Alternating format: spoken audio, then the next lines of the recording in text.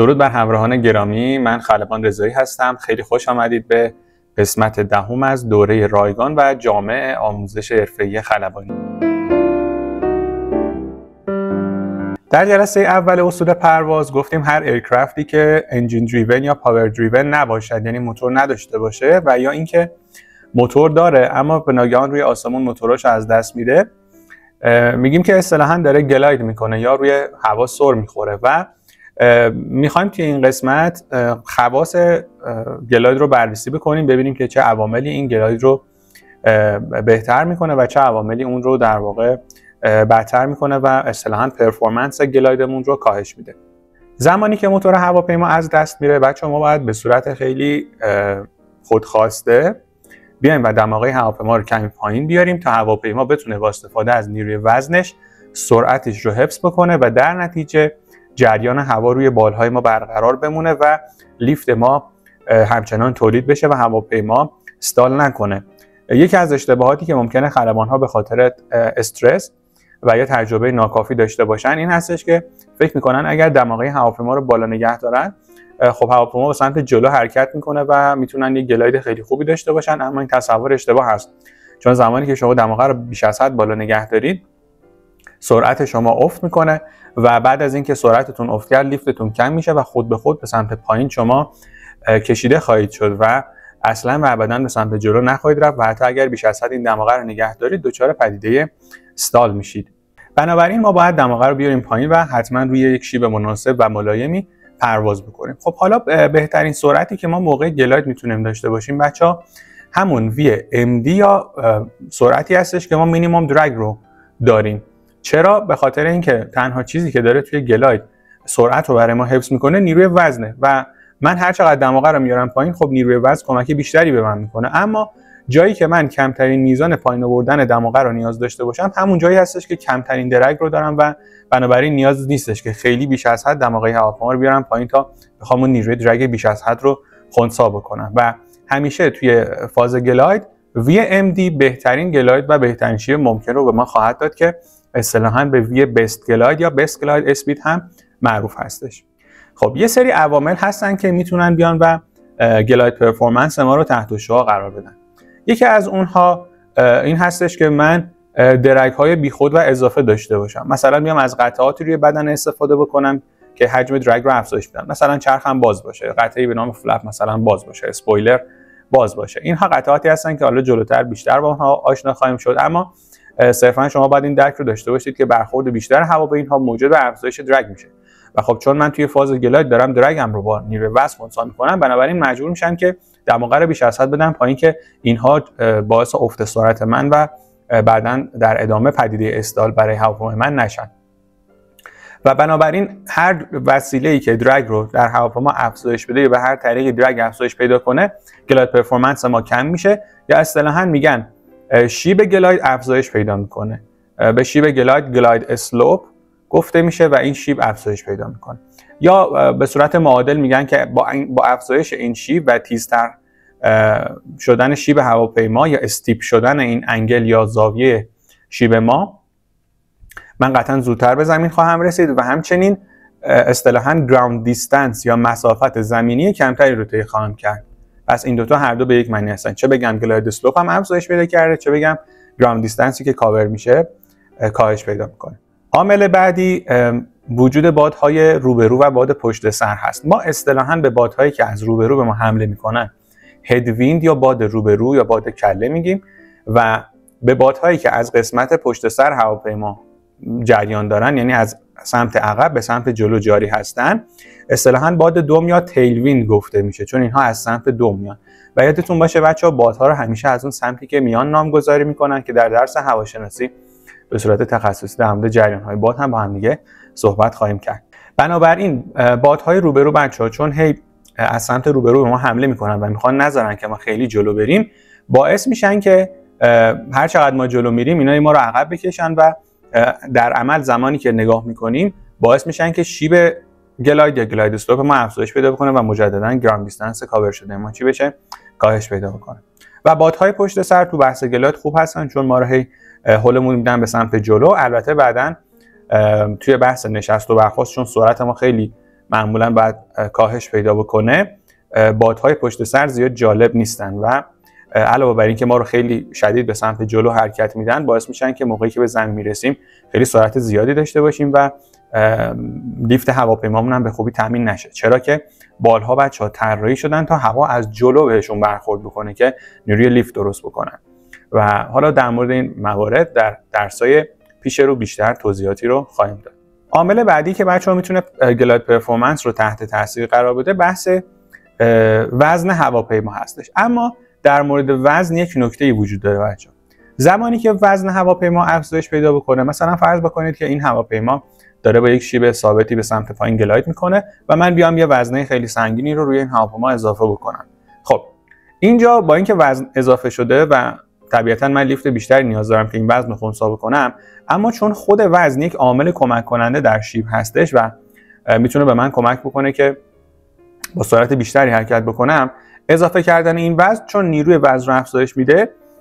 باعث میشه که سرعت حرکت ما خود به خود افزایش پیدا بکنه و اگر خلبان تلاش بکنه که همین شیب رو نگه داره، صرفا سرعتش روی این شیب بیشتر میشه و بعد هم که سرعت زیاد میشه لیفت ما مجدد جبران میشه و عملا با افزایش وزن یا کاهش وزن بچه‌ها شیب ما تغییر نمیکنه.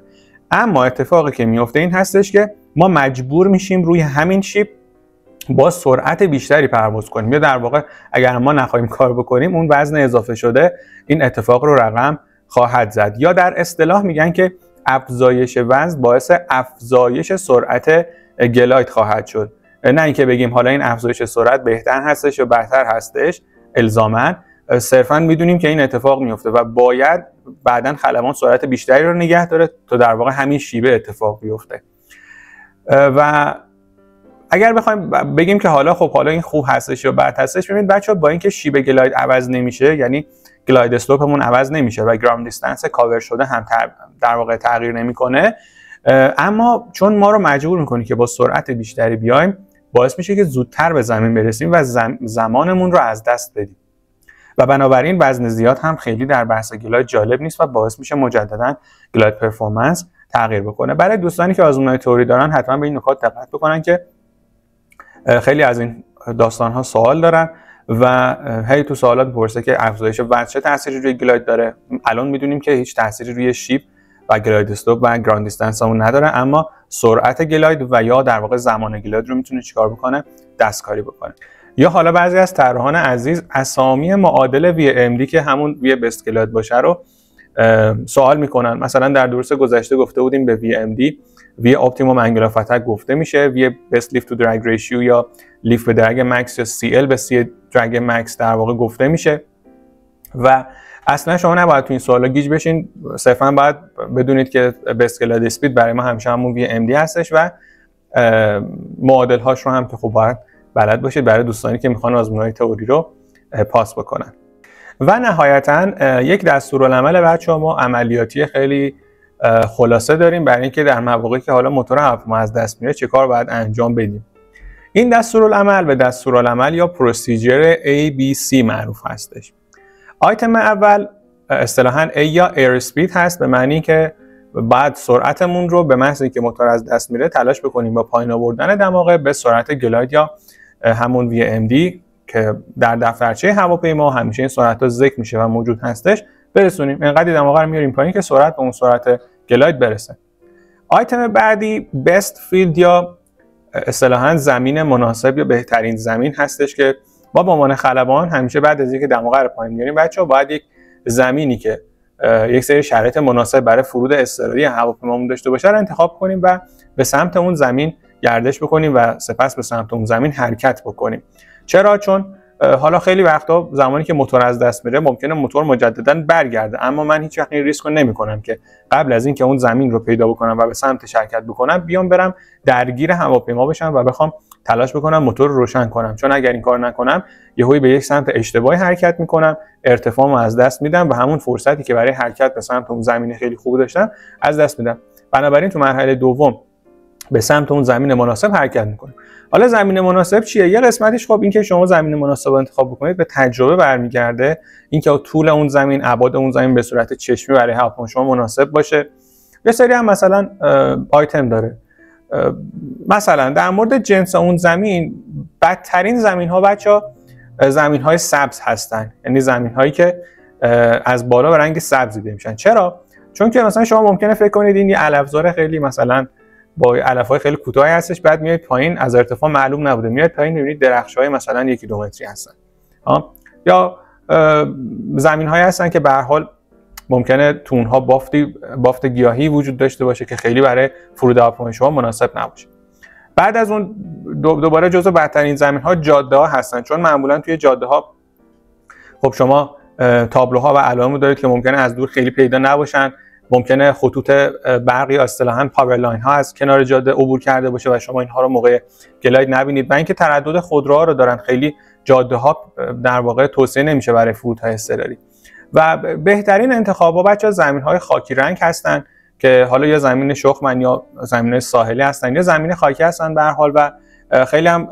معمولاً سطحشون مشخص هستش که چه وضعیتی دارن، معمولاً حتی از ارتفاعات بالا،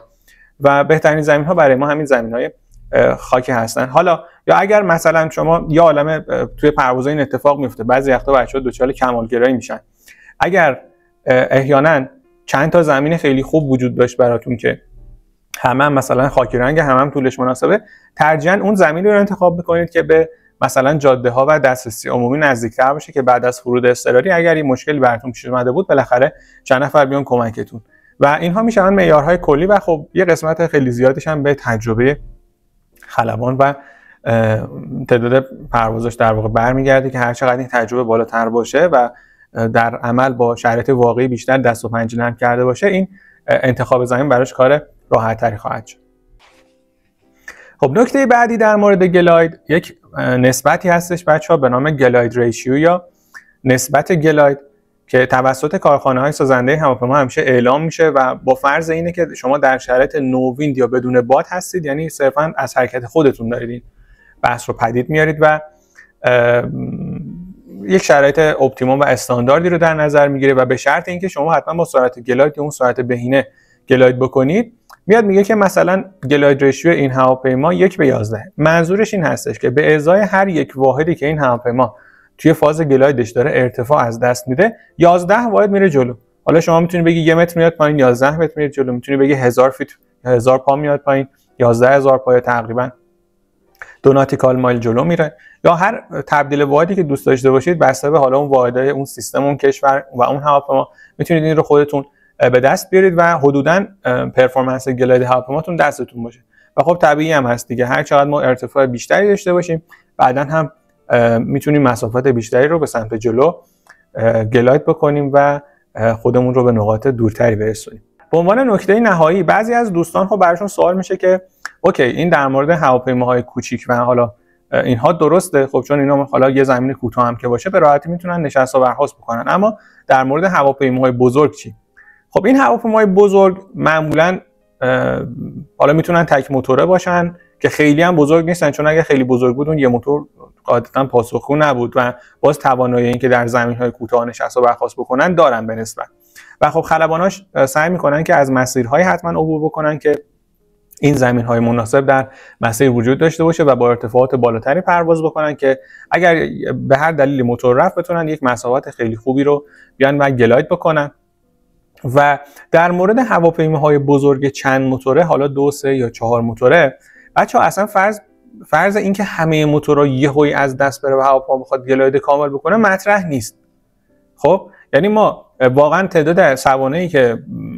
همه موتورها یهو با هم از دست رفته باشه خیلی نادر هست، شاید انگشت شمار باشه و در برابر هزاران پروازی که روزانه دارن انجام میشن و یه تقریبا فرض خیلی محالی هستش. و ما همیشه فرض میکنیم که حالا یه موتورمون مثلا از اون تعداد موتورهایی که داریم از دست میره، خب با موتورهای باقی مونده هواپیما به راحتی میتونه حرکتش رو ادامه بده. اگر هم 1% خیلی نادر تمامی موتورها از دست بره، معمولا انقدی سقف پرواز بالا هستش که بتونن خودشون رو تا یک فرودگاه خیلی مناسب برسونن که ما به این فرودگاه حالا اصلا فرودگاه جایگزینی آلترنیت میگیم که حالا بعداً برای هواپیمای پیشرفته تر در دروس پیشرفته ترمون در موردشون صحبت خواهیم کرد. یعنی حتما در طول پرواز این برنامه‌ریزی توسط خلبان‌ها انجام میگیره و اصلا مسافران نباید نگران یک همچین داستانی باشن. میگم مگر اینکه مثلا در یک فاز خیلی بحرانی مثل بعد از تیک آف یهویی همه موتورها از دست بره که خب حقیقتا اونجا دیگه کار خیلی دشوار میشه، ولی میگم پدیده خیلی نادری هستش برای اون هواپیما. بسیار عالی، برای این جلسه کافی هستش. در جلسه آینده با فرامین هواپیما و بحث گردش‌ها در هواپیما آشنا خواهیم شد.